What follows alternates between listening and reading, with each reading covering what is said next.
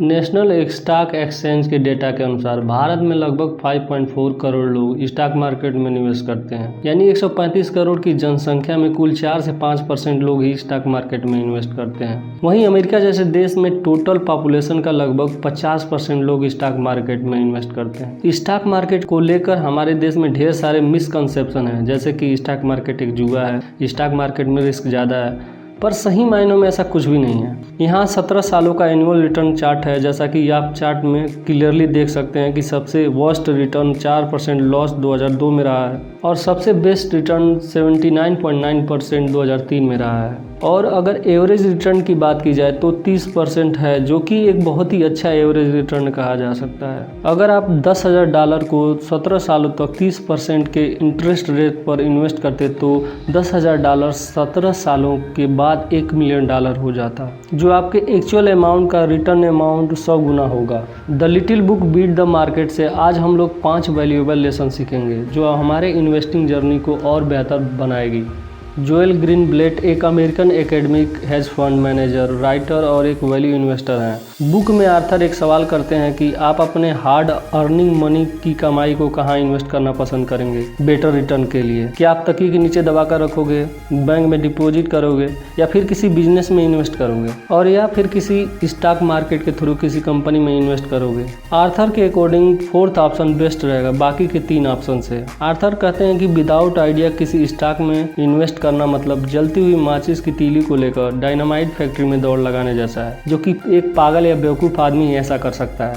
आइए अब हम little book beat the market से 5 लेसन सीखते हैं। Lesson number 1, the madness of the market. चलिए एग्जाम्पल के लिए कंपनी लेते हैं TCS, जिसका पिछले साल का चार्ट प्लॉट किया गया है। जैसा कि आप देख सकते हैं इसका लोवेस्ट पॉइंट नियर अबाउट 3,735 के आसपास है और हाईएस्ट प्राइस 4,020 के आसपास है। लोवेस्ट और हाईएस्ट प्राइस का प्राइस डिफरेंस 28% का है। कंपनी की मार्केट प्राइस 141 बिलियन से 181 बिलियन USD हो गई। फिर मार्केट प्राइस डिक्रीज हुई और फिर 181 USD, फिर 181 बिलियन डॉलर पर आ गई। इट मीन्स कंपनी के मार्केट वैल्यू में जल्दी चेंज नहीं आते। कंपनी के मार्केट प्राइस में आए उतराव चढ़ाव क्यों आते हैं, इसको समझाने के लिए आर्थर कहते हैं कि किसी कंपनी के परफॉर्मेंस या पॉलिसी में आए चेंजेस के कारण उसके शेयर प्राइस अमूमन कम या अधिक हो जाते हैं, जिसके कारण मार्केट फ्लक्चुएशन होते हैं। चलिए एक और एग्जांपल लेते हैं। ब्रिटानिया कंपनी जो बिस्किट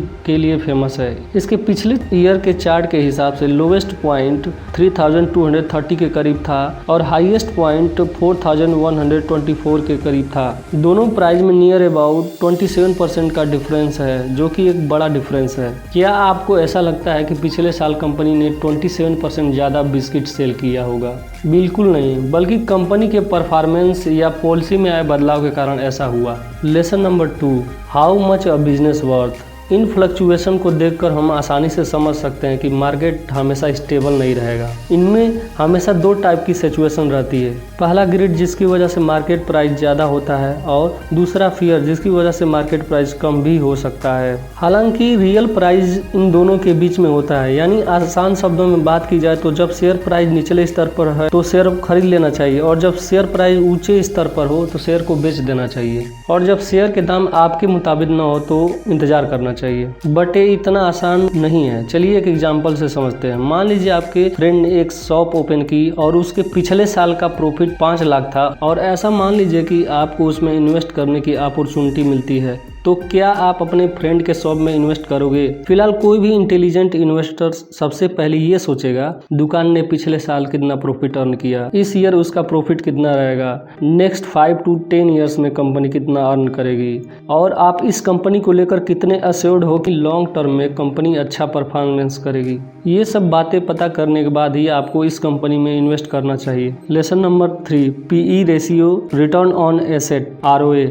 आपको अभी तक तो इतना पता चल ही गया होगा कि कभी कभी स्टॉक डिस्काउंट प्राइस में मिल जाते हैं, यानी जितना एक्चुअल स्टॉक की प्राइस होगी उससे कम दाम में, जिसे हम अंडर वैल्यू प्राइस कहते हैं। अब सवाल ये आता है कि हम अंडर वैल्यू स्टॉक को कैसे फाइंड आउट करें ताकि ज़्यादा से ज़्यादा प्रॉफिट अर्न किया जा सके। चलिए इसे एक एग्जाम्पल से समझते हैं। दो कंपनी है, एक वेल्थ इनसाइट और दूसरी कंपनी के मार्ट है। दोनों का बिजनेस सेम है। वेल्थ इनसाइट कंपनी साल के 10 लाख प्रॉफिट कमाती है, जबकि वहीं के मार्ट साल के 5 लाख प्रॉफिट अर्न करती है और दोनों का बिजनेस प्राइस 20 लाख है।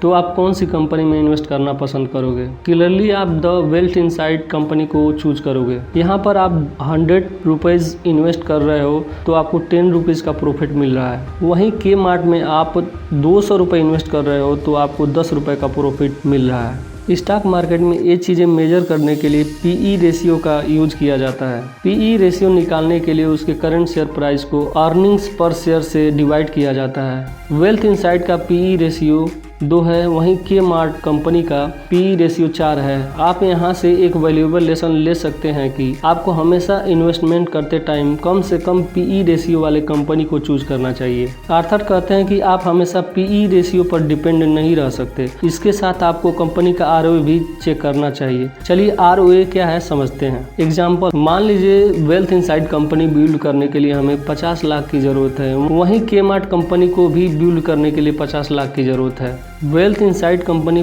पर ईयर 10 लाख का प्रॉफिट अर्न करती है, वहीं के मार्ट साल के 5 लाख प्रॉफिट अर्न करती है। अब आप कौन से कंपनी में इन्वेस्ट करना प्रीफर करोगे? नो डाउट आप वेल्थ इनसाइट को ही चूज करोगे, जो कि कम से कम इन्वेस्टमेंट में ज़्यादा से ज़्यादा अर्न करती है। वेल्थ इनसाइट कंपनी का आरओए 20% है, जबकि के मार्ट का आरओए 10% है। आप यहां से एक वैल्यूएबल लेसन ये ले सकते हैं कि जितना अधिक आरओए रहेगा कंपनी में इन्वेस्ट करना उतना ही प्रॉफिटेबल रहेगा। आरओए से किसी कंपनी के बिजनेस क्वालिटी आसानी से समझ सकते हैं। वॉरेन बफेट अपने इन्वेस्टमेंट उसी कंपनी में प्रीफर करते हैं जिसका आरओए अच्छा होता है।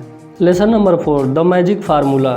जोएल ग्रीनब्लेट ने 1985 में गोल्थन कैपिटल की शुरुआत की, जिसने ओवर द ईयर 1985 से 2006 तक 40% का रिटर्न दिया। 40% का एवरेज रिटर्न पाना बहुत ही रेयर है। आपको शायद ही किसी और इन्वेस्टमेंट फंड में ऐसा रिटर्न देखने को मिल सकता है। तो आइए देखते हैं कि 40% एक्सीलेंट एनुअल रिटर्न कैसे आर्थर ने अचीव किया। आर्थर ने जिस वैल्यू इन्वेस्टिंग का इजाद किया, जिसे हम मैजिक फार्मूला के नाम से जानते हैं, हम लोग आरओए तथा पीई रेशियो क्या होता है अच्छी तरह से समझ चुके हैं। आप स्टॉक मार्केट में लिस्टेड सभी कंपनीज का लिस्ट बनाकर मैजिक फार्मूला से बेस्ट से वर्स्ट रैंक निकाल सकते हैं। 1, सबसे पहले फर्स्ट कॉलम में आप कंपनीज के नाम लिखिए।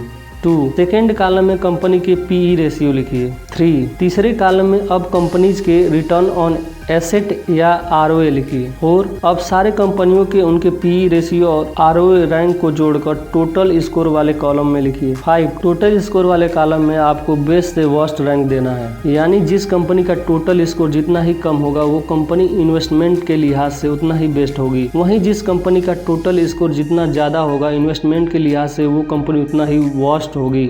आप चार्ट में क्लियरली देख सकते हैं कि इन्वेस्टमेंट के लिए सबसे बेस्ट कंपनीज एप्पल और द गैप हैं, क्योंकि इनका टोटल स्कोर सबसे कम है। इस प्रकार हमारा मैजिक फार्मूला कंप्लीट होता है। Lesson number 5, step by step instruction. अभी तक हमने मैजिक फार्मूला को अच्छे से समझा। अब हम स्टेप बाय स्टेप इंस्ट्रक्शन से हम ये सीखेंगे कि इन्वेस्टिंग करने के लिए मैजिक फार्मूले का यूज कैसे करेंगे। स्टेप 1, मैजिक फार्मूला इन्वेस्टिंग.com साइट पर जाइए। स्टेप 2, ऐसी कंपनी को चूज कीजिए जिसका मार्केट कैप 50 मिलियन या इससे बड़ा हो। स्टेप 3, मैजिक फार्मूला कंपनियों की टॉप रैंकिंग की लिस्ट पता करने के लिए साइट पर दिए गए इंस्ट्रक्शन को फॉलो कीजिए। स्टेप 4, इनमें से एक बार में 5 या 7 कंपनियों के स्टॉक को व्यू कीजिए और आप जो कैपिटल इन्वेस्ट करना है उसका 20 से 35% तक इन कंपनियों में इन्वेस्ट कीजिए। स्टेप 5, आपको स्टेप 4 को 2 या 3 मंथ में रिपीट करते रहना होगा जब तक कि आपका पूरा कैपिटल इन्वेस्ट न हो जाए। और मैजिक फार्मूले से अच्छा रिटर्न प्राप्त करने के लिए 1 साल में आपके पास 20 से 30 कंपनियों का पोर्टफोलियो होना चाहिए। आप स्टॉक को 1 साल तक होल्ड करने के बाद सेल कर दें। टैक्स पर्पज के कारण जो कंपनी अच्छा परफॉर्म करेगी उसके स्टॉक को साल के कुछ दिन बाद सेल करें। वहीं पे जिस कंपनी के स्टॉक ने पुअर परफॉर्मेंस किया है उसे साल खत्म होने से कुछ दिन पहले सेल कर दें और फिर स्टेप 4 को रिपीट करते रहिए। स्टेप 7, इस प्रोसेस को कई सालों तक कंटिन्यू रखिए। और quick summary. Lesson number 1, company की प्राइस फ्लक्चुएट होती रहती है। लेसन नंबर 2, किसी कंपनी में इन्वेस्ट करने से पहले उस कंपनी के परफॉर्मेंस, बिजनेस क्वालिटी को अच्छे से समझ लेना चाहिए। लेसन नंबर 3, जब हम किसी भी कंपनी में इन्वेस्ट करते हैं तो पीई और आरओए 2 महत्वपूर्ण फैक्टर होते हैं। लेसन 4, मैजिक फार्मूला पीई और आरओए का कॉम्बिनेशन होता है जिसे हमने अच्छे से जाना। स्टेप बाय स्टेप इंस्ट्रक्शन से हमने मैजिक फार्मूले का यूज कैसे करना है ये सीखा।